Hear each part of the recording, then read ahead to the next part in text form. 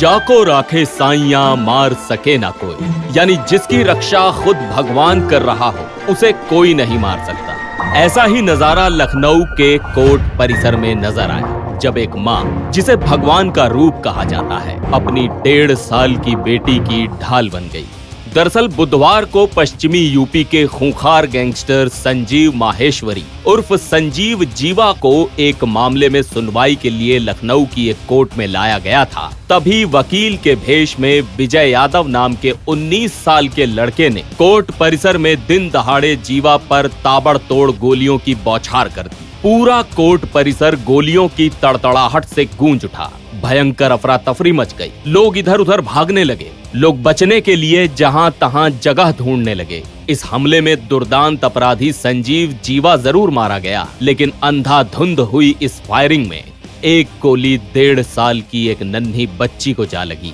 लेकिन इसे चमत्कार कहें या मालिक की रहमत, गोली लगने के बावजूद बच्ची की जान बच गई।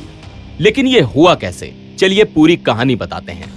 दरअसल लखनऊ के बख्शी तालाब की रहने वाली नीलम अपने पति, ससुर और 1.5 साल की बेटी के साथ SC/ST कोर्ट में आई हुई थी। नीलम के पति सौरभ और ससुर जगदीश की एक मामले में अदालत में पेशी होनी थी, इसलिए पेशी पर नीलम का पूरा परिवार लखनऊ के कोर्ट पहुंचा था। अभी पेशी का नंबर आया नहीं था, तो पूरा परिवार बाहर बैठा ही इंतजार कर रहा था। बच्ची छोटी थी तो माँ की गोद में ही सो गई। इतने में कोर्ट परिसर गोलियों की तड़तड़ाहट से गूंज उठा। नीलम अपनी बेटी को लेकर छिपने के लिए भागी।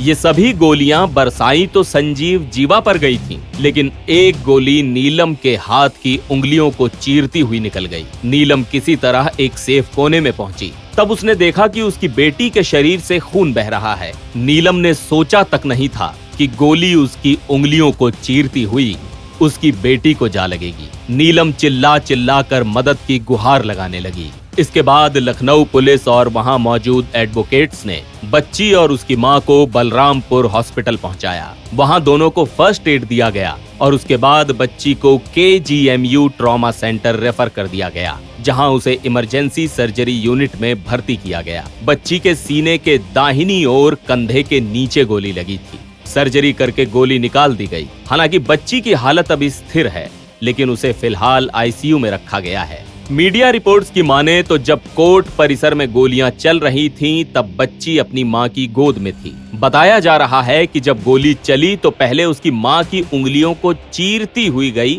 और तब जाकर बच्ची को लगी, जिसकी वजह से संभवतः गोली की स्पीड कम हो गई। गोली का फोर्स कम होने से बच्ची को बहुत ज्यादा नुकसान नहीं पहुंचा। हालांकि गोली लगने पर बच्ची रो जरूर रही थी, लेकिन इलाज के बाद बच्ची अब ठीक है। बता दें कि CM योगी आदित्यनाथ भी गुरुवार को बच्ची को देखने के लिए KGMU के ट्रॉमा सेंटर गए थे। बच्ची से मिलकर योगी ने उसे चॉकलेट भी दी। इस दौरान CM ने अधिकारियों से बच्ची को अच्छे से अच्छा इलाज मुहैया कराने के निर्देश दिए। NBT ऑनलाइन की रिपोर्ट।